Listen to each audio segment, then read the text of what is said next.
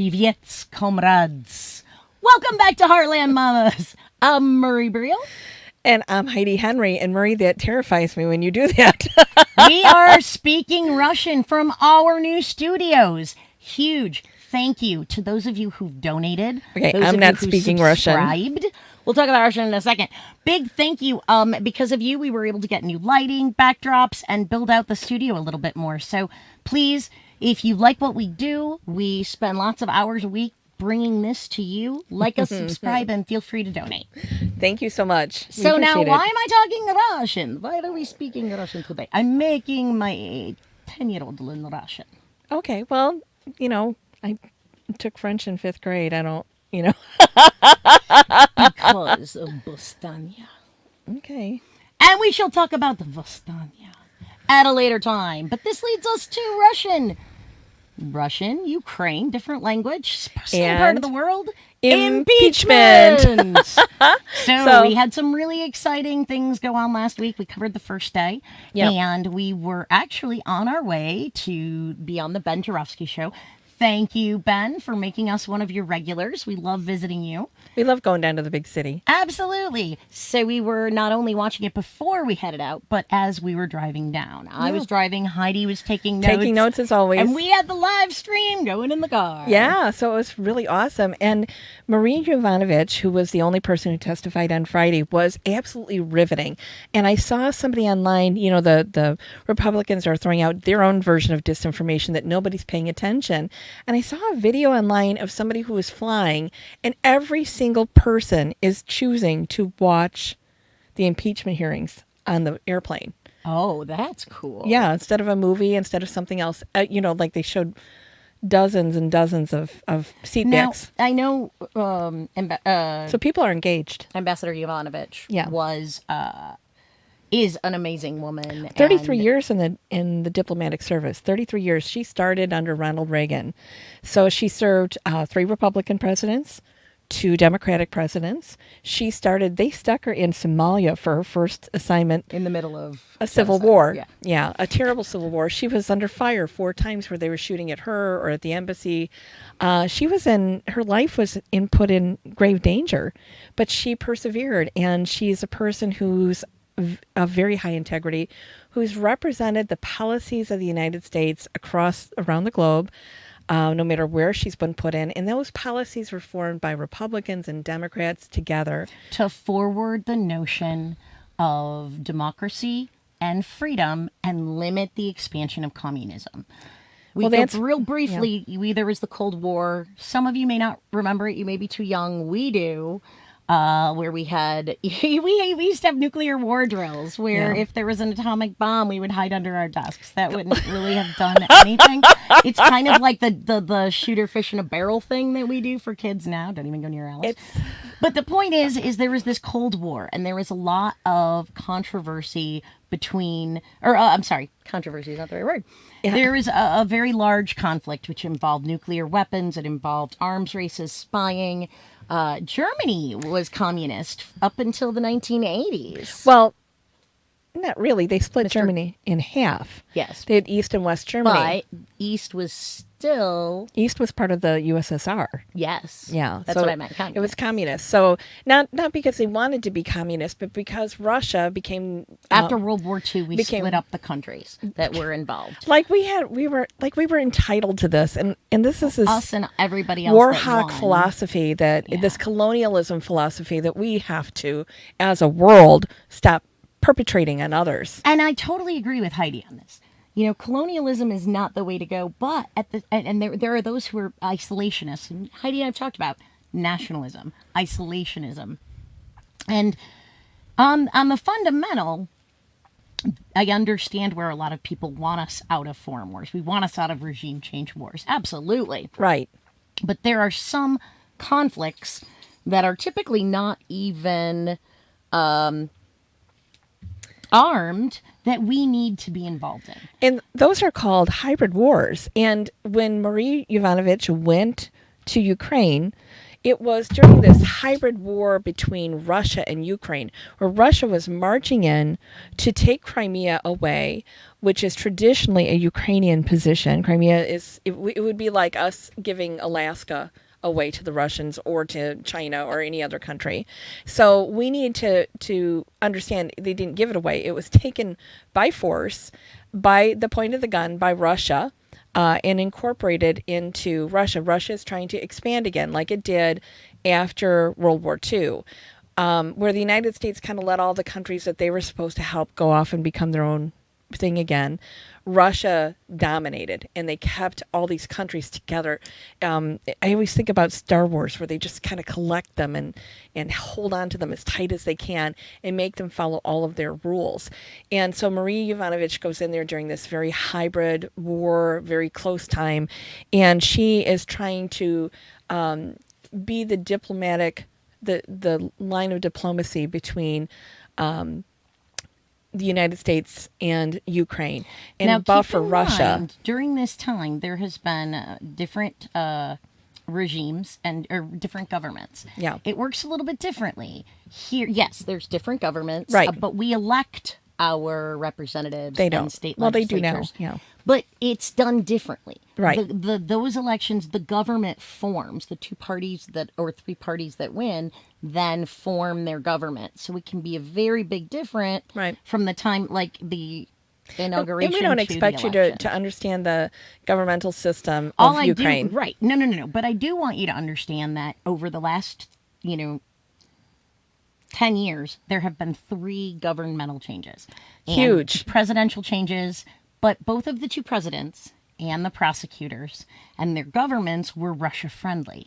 This is before Russia annexed Crimea. Right. So everything that we did as a country was to push Russia, but not give too much strength where they would have sided with Russia. It could have gone either way. There's a lot of intricacies we need to understand here, which we're going to do a deep dive at some point. If it weren't for all the corruption and all of the friendly ties in their government to Russia and from Ukraine, we couldn't tie back to they wouldn't have lost Crimea the way they did. I mean, they literally uniformed men came in.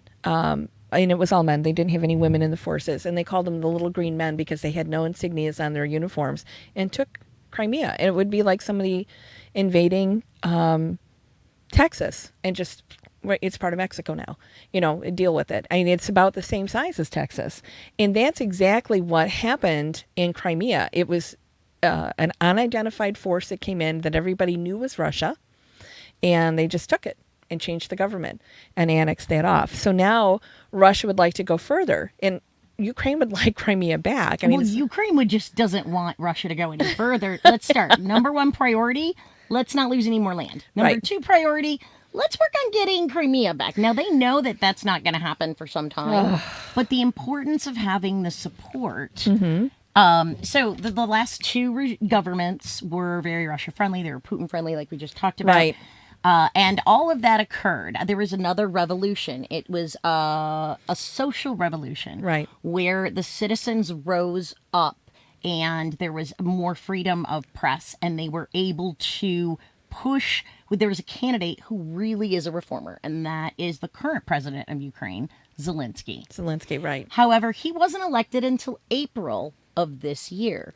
So keep in mind, all the way up until April, and the deals that Trump had made with the other president on property, on weapons, on aid, all of that tied in with Russia pretty okay. So now you have a new president coming in, and the GOP has even talked about how Zelensky's a reformer because they're painting it that he would never lie, and we need to discuss that. But they're painting it, no, he would never lie. Of course not. He's this reformer, so you're saying what? He's corrupt? I think that's what scared the hell out of Giuliani. Yes. And Trump. And the whole shadow State Department. Right. Because Yovanovitch was a reformer. Yeah. Yovanovitch had been fighting for 3 years. Yes. When she came in. With a corrupt government. Right. Trying to position the United States in a more favorable place. And we put these goodwill and a coalition among the people, among the representatives in Ukraine, to help move forward when the right presidential candidate came along. Right.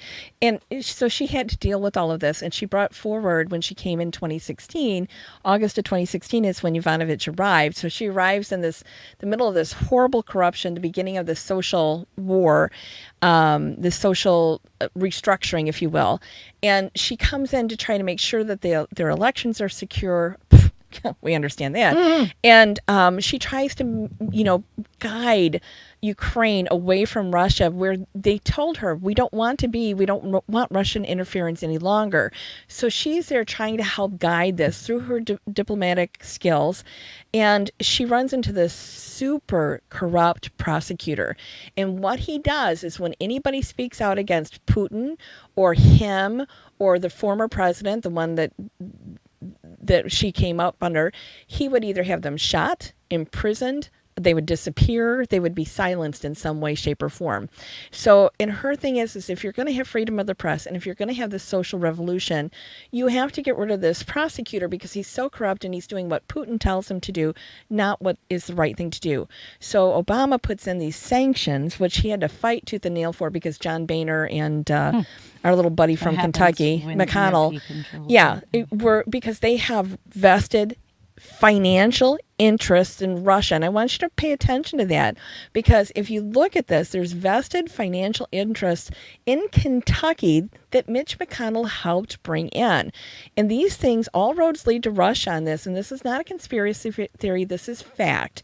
So when we see McConnell and John Boehner and Jim, what was his name, Ryan from Wisconsin? Paul Ryan, going soft on Russia and not allowing Obama to put these sanctions in place or cutting back on the sanctions. And then when Trump gets in, he doesn't enforce the sanctions. You have to remember that the key players in this from the United States side have a vested financial interest in this failing, in this diplomacy failing. And because they have to pay attention to the oligarchs and the criminals that are running Russia and the Ukraine at this point in time. So in comes Yovanovitch. Yes. So she, and as we said, she was working towards getting a more democratic, more reformer type of person in office, hoping that would happen. Our policies and things in place were able to help in that. And then Zelensky comes in. And the timing here is that Marie Yovanovitch's assignment was supposed to be done on August 22nd. Right. Of this year. So she was asked back in February to extend her time. Her time one more year. It was usually a 3-year assignment. They usually spend 3 years in any one place as a diplomat. And so they asked her to do an extension. Right. And this is before the Ukrainian election. Mm-hmm. So keep in mind, corrupt government, corrupt prosecutor, working with Russia. Here's this woman who, up until the last few years, she's working to try to make this happen with forces working against her that are in favor of Russia. Right. It looks as if the political tide is turning and that Zelensky will be elected. Right. So the elections happen in April. Zelensky is elected. Mm-hmm. May 22nd, Yovanovitch is recalled.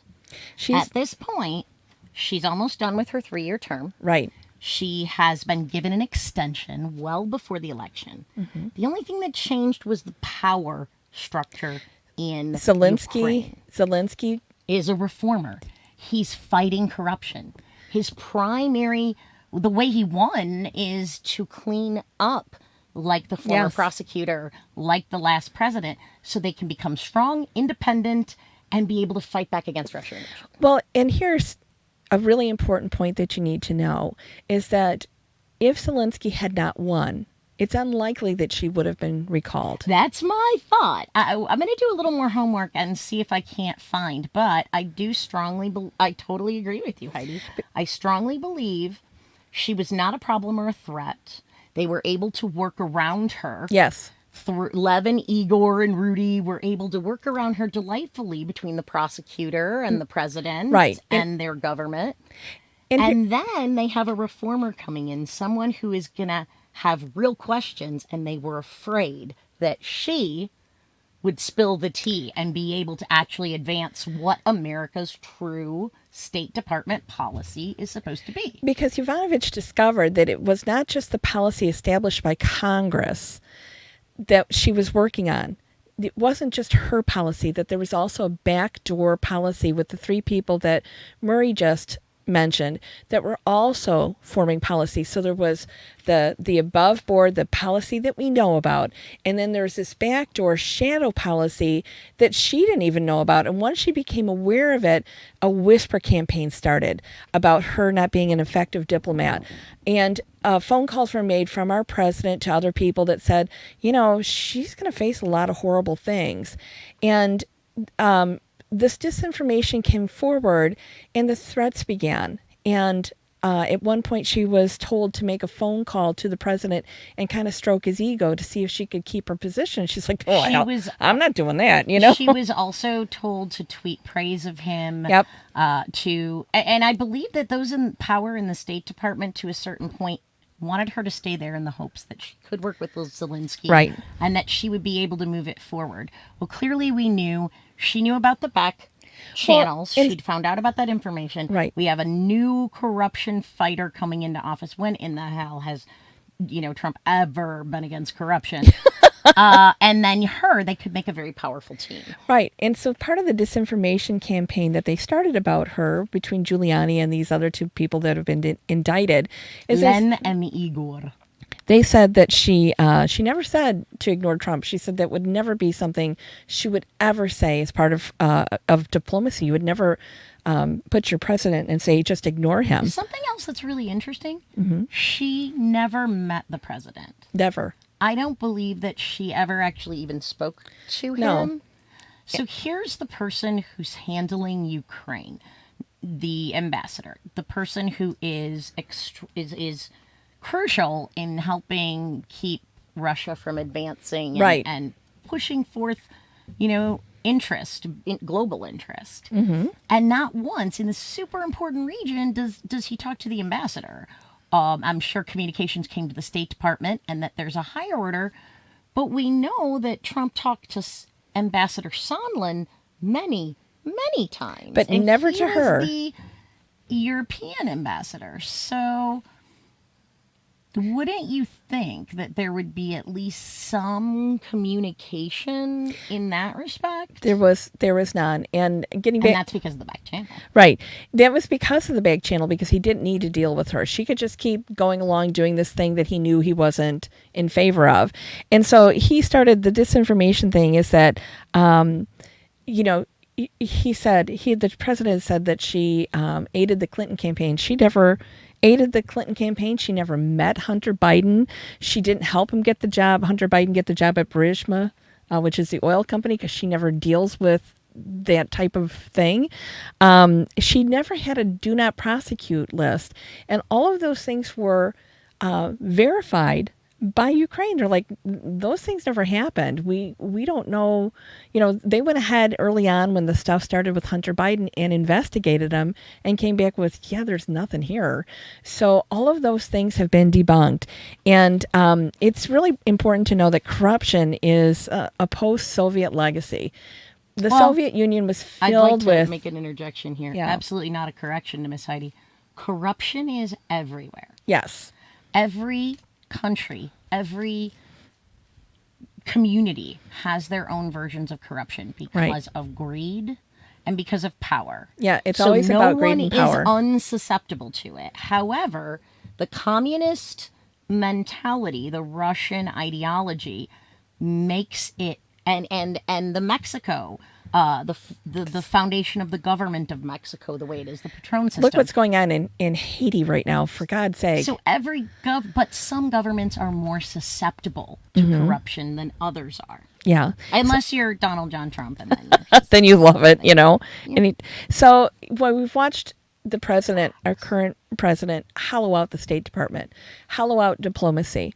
After he recalled Yovanovitch at a crucial time in Ukraine history, a crucial time, we have no ambassador. A new president. He didn't assign anyone, and as of November 7th, there used to be a special envoy to Ukraine, a group of people dedicated to protecting Ukraine, protecting American interests, to reducing Russian aggression, a whole team. By team, it's 3, 4. But there was an envoy to Ukraine, and he announced on November 7th that there would no longer be an envoy to Ukraine. So now you have this president, right, who is a reformer. He's fighting corruption. He knows he can't have any hint of corruption, but he also knows he can't look weak.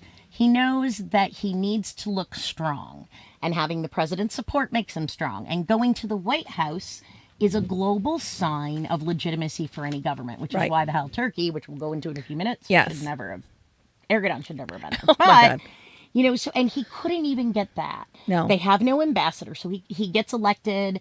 They're even instructed not to go to his inauguration. Pence has a flight scheduled, everything's arranged, and Trump demands that he doesn't. Somehow he pulls it off and goes anyway.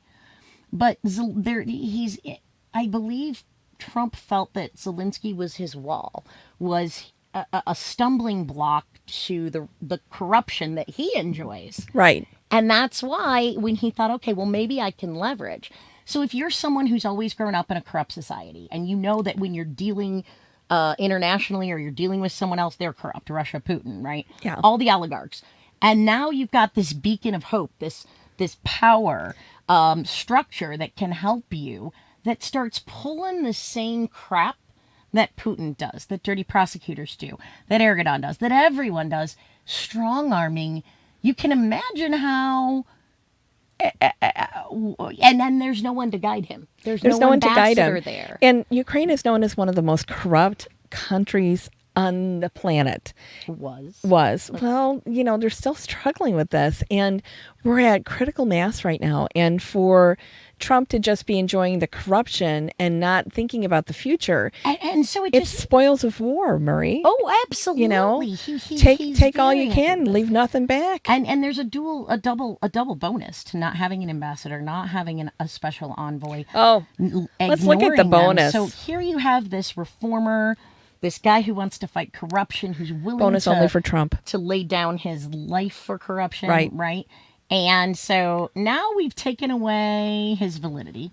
We've taken away support that he thought he had. We've taken away the United States' ability to help guide him in his dealings with Russia. And we've threatened. We've left him stranded. Why? The only possible imagination way is because he's a reformer. Well, and so to get him to become part of the corruption cycle, Trump tries to withhold, he actually did withhold aid to help them with military might that they need desperately to keep Russia from taking more Ukraine, because Russia wants all of Ukraine. They don't want to stop at Crimea. They want all of Ukraine. And people are dying today in this war. Today, as we're talking, people are dying. And I want you to know how desperate that they were, that Ukraine was willing to even consider making stuff up about Hunter Biden just to get our help. Exactly. So that's a beautiful point. So think about this for a second. Well, I can't tell you how many times I've already said it 32 times. I'm going to say it one more time. Reformer gets elected by a mandate, fighting corruption. Desperate for help. Is tired, knowing he has or thinking he has the United States support. And the president of the United States says, hey, do this for me and I might help you out. Well, he's promised his country this. He knows he depends on this. He's got this moral question, which is absolutely the corruption that he was elected to not. So then he doesn't go through with the quid pro quo, which is another argument that the Republicans are making. But he came out and said, oh, there was no pressure. He was boxed into saying that. He has no choice. He said that there was pressure. The only hope would be that he said there was pressure. He'd stay in power. His group, his government, his citizens would be happy with that. But he feared angering Trump. He was afraid, knowing everything he believes in is anti what Trump was trying to do to him. So he boxed him into such a way that he couldn't. That's a bully. That's everything he does. I can't imagine worrying, loving your people and being their protector and their leader. And the one place that you need to get the protection is telling you have to jump a little higher and you need to do something super corrupt in order to get our help. And that's an unthinkable position for any world leader. Warfare, It if is. you think about it. It's horrible. Not just manipulation. That's freaking psychological warfare in that capacity. And I know Trump's not smart enough to do that. As a progressive, as somebody whose dream is to see the world finally change, I can't imagine why we allow our government officials through through channels that are official or through back channels to pressure another country in that manner. That is a disgrace. Absolutely against everything we're supposed to be for. Exactly. And so he didn't, the bribe didn't go through. He never followed through on it. Not for lack of trying. He wouldn't have released that money. I just want everyone to understand one of the Republican arguments for impeachment is, oh, he wouldn't have released, he released the money anyway. There is no. Let's just real briefly go Murray's through got this a great timeline. Oh, it's going to go up. It's going to be awesome. And I'll just keep adding to it. We should put it up on the board behind us. Ooh, I'll make a flow chart like some sort of serial killer chasing. I love flow charts. I Somebody do chasing a everything serial with flow charts, everything. So killer. Go flow. how to clean my house via flow chart. So, all right. So Giuliani meets with Zelensky in Madrid on August 2nd. And that meeting was to lay the groundwork and push him to make the investigations into Joe Biden. In fact, after his meeting with Giuliani, Zelensky had actually scheduled an interview with CNN. So then August 9th, Ukraine learns that the United States is withholding the aid that was promised to them. So Ukraine is aware. That was one of the arguments the Republicans were making. Oh, they didn't know, so that it was never. Bull. So now you know. Hold on, Marie. Holding it. If you didn't know somebody was trying to kill you and found out later, wouldn't that be upsetting to you? Because we're talking about a crime, right? Yeah. Just because they didn't know doesn't mean it wasn't a crime. Exactly. But their argument is null and void there. So on August 12th, the whistleblower complaint was filed. Between August 12th and August 16th, several things happened. Yeah, and we have to remember the ambassador Yovanovitch is now no longer in Ukraine, so this is without an ambassador. Go ahead. Right. Sorry. No. Yeah. So remember, we're only up to August here, okay? The Office of Management the Office of Management and Budget comes. Joseph McGuire is the acting IG, Inspector General. And he comes across this information from the whistleblower complaint. He brings it to the White House because he's not sure how to proceed with it. And the White House says, oh, no, never mind it. We're not going to do anything about it. The White House is like, oh, crap, somebody found us out. So remember, they found out, they know now that on August 16th, the White House is made aware that there's this legitimate complaint out there. That people know we're withholding aid. It takes 2 weeks from then for the whistleblower complaint to make its way up the chain, a totally separate chain, to get to Congress. Right. On August 28th, political article breaks on Ukraine. It breaks on aid being withheld. So remember, at this point, Ukraine knows the money's not there. The whistleblower is filed. Ukraine's going to come out and say, okay, sure, Hunter Biden did something. Politico, now the rest of the world knows that aid's being held from Ukraine. Why? Why is this money? There wasn't a connection yet, but why? Where's the money? Good investigation. September 1st, Zelensky meets with Pence in Warsaw, and he meets with Bolton. And there's a very important conversation in here where they're talking about this quid pro quo that involved Bolton and Fiona Hill, and they keep trying to shut down this conversation. Right. And they are not able to. Right. It just keeps getting restarted. You have to remember, which is why next week, Fiona Hill's testimony is going to be kind of awesome. Awesome, yeah. So finally, Atkinson comes and tells Congress. It also on September 9th is interesting because that was the day that the Sondland-Taylor texts occurred. what's going on with the Ukraine aid. It's no quid pro quo. Call me. Yeah. That's when that was the those response from the texts- president, Yeah. not from Sondland. No, it was between Sondland, and Sondland said, no quid pro quo. Call Okay. me for further details. Okay. So at this point, Schiff finds out. On the 10th, he interviews McGuire. Congress knows about the whistleblower, and Bolton resigns September 10th. Right. Bolton resigns. This is really huge. September 11th, the Ukraine aid is released. Now, the aid has been approved for months. We know the Office of Management and Budget has questioned it, which where the first question was. And you have to remember, too, Trump, in his obvious ways of trying to distract the public from knowing the truth, claimed that he was inviting ISIS to come and sit down at Camp David with him on September 11th. So these were all things that were going on to distract us from finding out. Miss Heidi, that's true. Yep. So we were all outraged. On September 11th, you're going to bring, we couldn't figure out what the And funny, while we were all doing that, the aid for Ukraine was released. Yes. The day after. Don't look over there. Watch the day after we find Adam Schiff.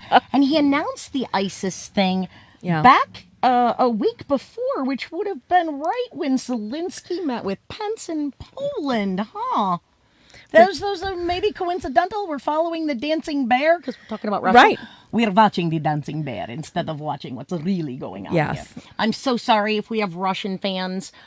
Please don't think I'm awful for the accent. I just think it's a really cool We accent. watched a lot of Bullwinkle and Rocky as kids. So we're not going to go any farther into it. This is just the timeline we want you to understand. So Marie Ivanovich gets let go. The election happens. She gets extended. The election happens. Zelensky takes office. Zelensky's a reformer, not a corrupt guy. She's a corrupt fighter, not a corrupt person. Within 3 weeks, 2.5 weeks, She was called home. She was recalled after having her contract extended. Ukraine's supposed to get money. They were supposed to get money for months. They never got the money. Then we go farther. Ukraine finds out that we're holding money. Somebody goes, crap is not right, which was the whistleblower, and sends the complaint. The White House learns about the complaint and doesn't notify Congress, doesn't do anything, doesn't try to help in any way. No, well, they wouldn't. Which also helps explain why it went on the private server. That phone call. Yeah, this super secret server, we all need to have access to. I'm sorry, there's nothing that he can hold private. And knowing... Listen, I need a super secret server.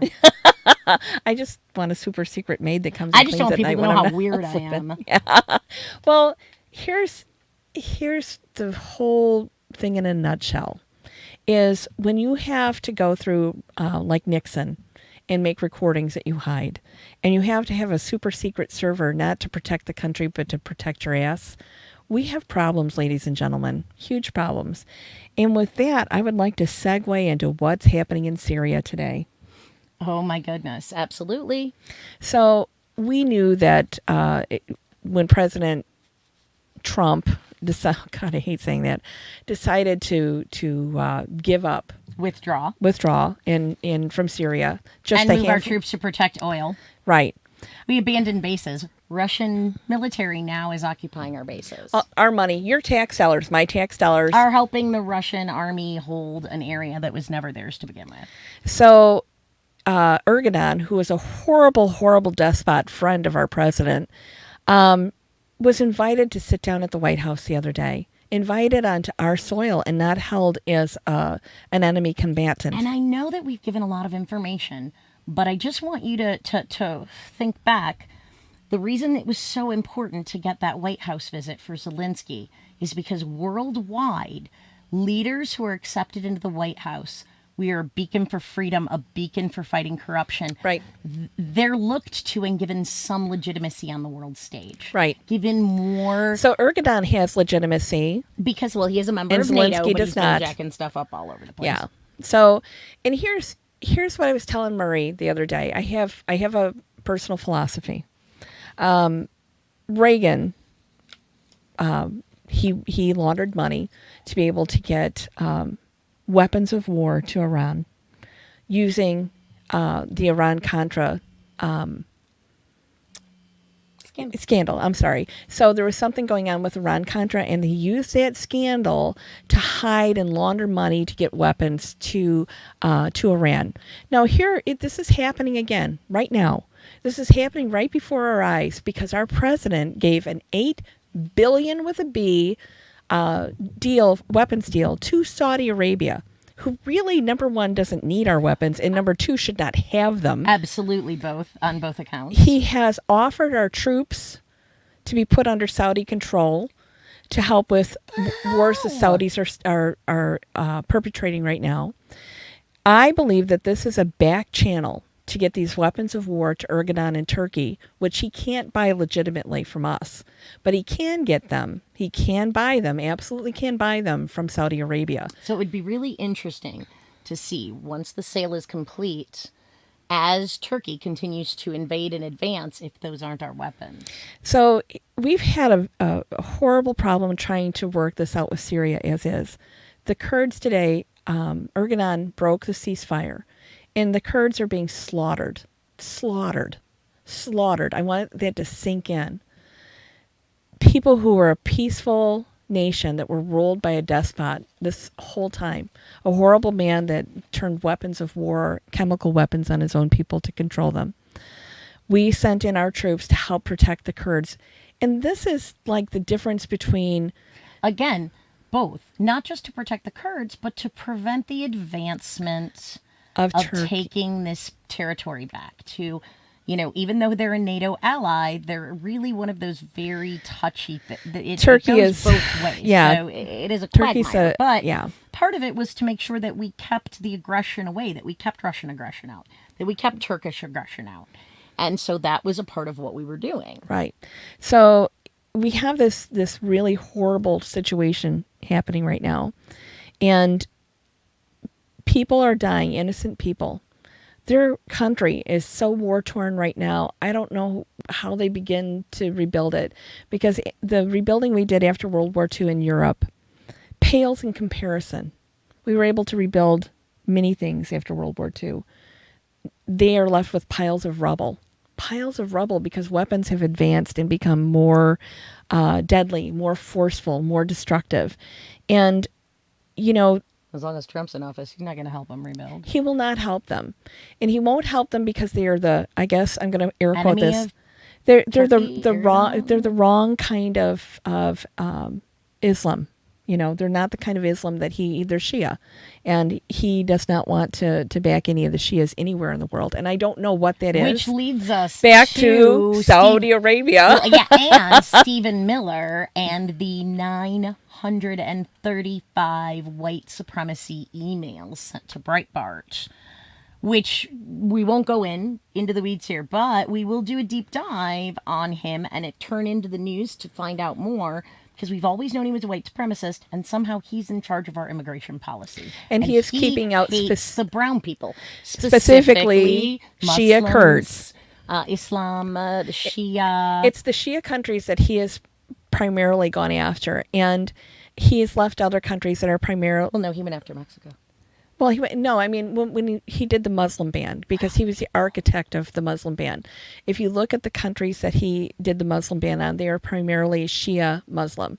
And they're just like in Christianity. I'm Episcopalian. Murray was raised Roman Catholic. You might be a Protestant. You might be an evangelical. You might be a Mormon. There's all those different denominations within Islam as well.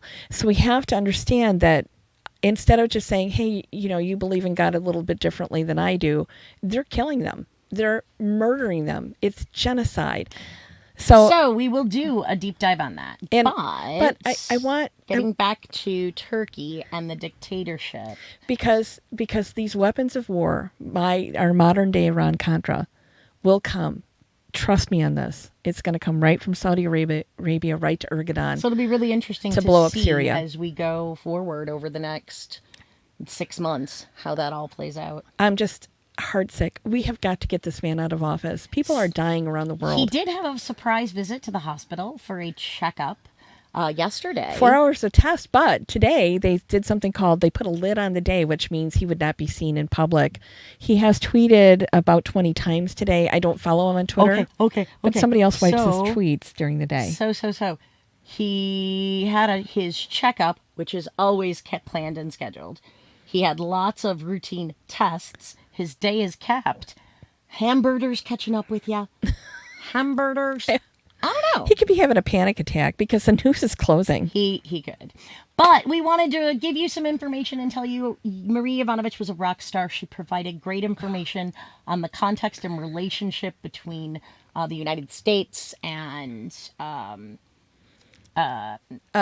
Ukraine. Ukraine. We talked about so many countries that my brain just sort of flipped. We live globally. Yeah, we do. In our minds, we do. She was an amazing witness. She was valid. She gave background. She was targeted while she was there. He tweeted against her. So, here's this great woman standing up. Next week is going to be so exciting. It's must-see TV. Hill. Yeah. We have Sondland. Sneaky Sondland. Set your recorders. Yes. Your DVR. So we will give you the recap. Probably 35 minutes. So we went a little bit longer to about 40 today. Yeah. But if you like what you see, the reason we started this is to give a voice to those that may not have it. So please, share. Share is so important. Donate. You can find a donation button on our website as well as our social media.